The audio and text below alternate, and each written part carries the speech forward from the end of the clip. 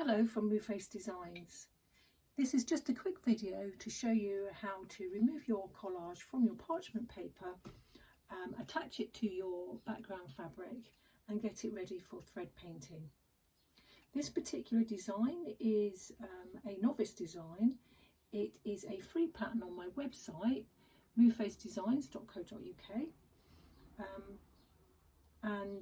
Hopefully it'll help you dip your toe into the world of collaging.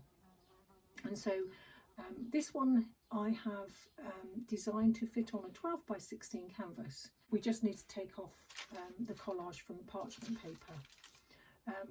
It might be stuck relatively well, but you might find that it will come off pretty easily. You just slide your fingers underneath it and just give it a little bit of a ease and pull it up gently. Now this is the time really when you need to look and see whether you have any gaps in your fabrics. That's the back of it, you can see there. And obviously this has now got the glue attached to this, so when you iron it to your background fabric it will stick nicely. So there we go, so we just remove the pattern and the parchment paper. Now you can use the parchment paper again. I tend to cut it up and use it underneath my iron when I'm doing my collage. There's no reason why you couldn't use it over the top of another pattern. It just goes a little bit crinkly once you've had hot iron on it. But if you don't mind that, then that's fine, you should be able to do that. So there we go with the collage. Let me just move that out of the way for a moment. And I've chosen myself a piece of plain cream background fabric. We'll put this back on here for a second. What you could do is if you stick your collage on and then decide that you don't actually like it on that background and you'd like a different one, once you've thread painted it, you can very carefully cut it out and re-stick it on a different piece of background. Obviously it makes it a lot easier if you choose the right background to start with. I just thought I'd choose this nice cream piece and make it stand out properly. So literally all you do is I've cut, as you can see, my fabric a little bit bigger than my canvas that I'm going to use. And that's so that we can stretch it nicely and attach it at the back and nobody will see what's happening. So let me just try. Is it going to go that way? I can't remember which way I designed it to go. No, it's going to go that way, isn't it? Of course it is. Like that. So just make sure I've got the orientation right.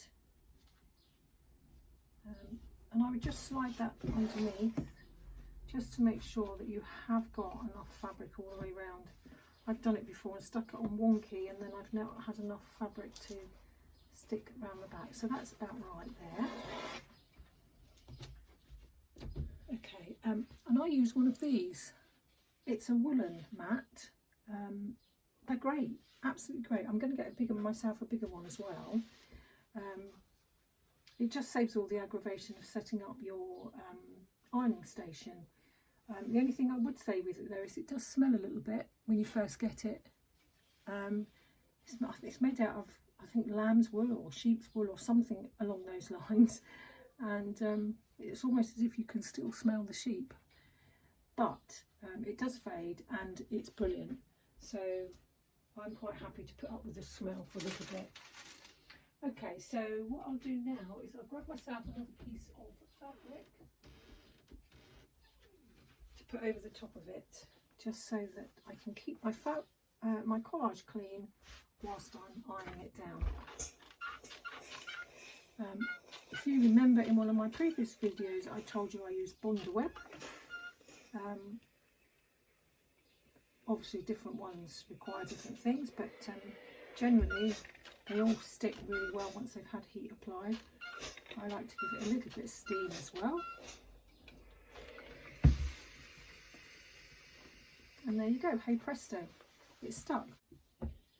Okay, so once we've done that, I've then cut myself a piece of wadding, backing, whatever you want to call it. And what I've done is I usually use, here we go, this is what I normally use, which is 80-20 wadding, and as you can see it's quite thin, it's very lightweight, but it produces something really nice. You can see I've stitched all my small pieces together to make a larger piece. I'm very thrifty like that and like to use all my pieces. So I used that, and then I found fleece was really nice to use as well. Fleece, I think that's probably my choice. Fleece, it's a little bit thicker than that, makes the thread stand out really nicely, but at the moment I haven't got any of that, and so this is what I'm using at the moment. It is a quilted mattress topper or protector. I've used something similar to this before, and it works pretty well. I was sorting out my cupboards and found some, so I thought, waste not, want not, why not reuse that? So that is, you don't need to iron it either, but I like to iron everything with mine, because the smoother it is, the much easier it is to do everything.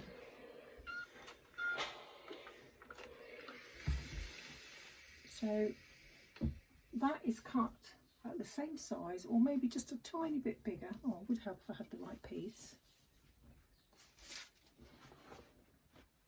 As your collage. Okay, and then you can pin it. You can use these sorts of pins if you haven't got anything else. If you're a novice and you haven't got all the bits and pieces that you need, these are fine. All I would say is when you start doing your thread painting, you'll get stabbed quite a few times with these. So what I like to use are quilting pins. They are just basic safety pins really, except they have a curve. Can't get any of those undone. There we go, you can see it's got a curve in it.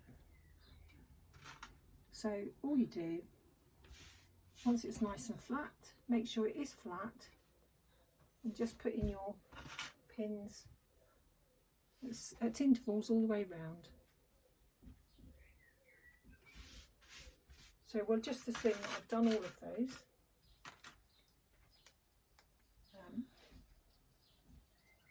And all it just means is that they lay a little bit flatter when you are doing your thread painting. So we'll assume I've done all of that.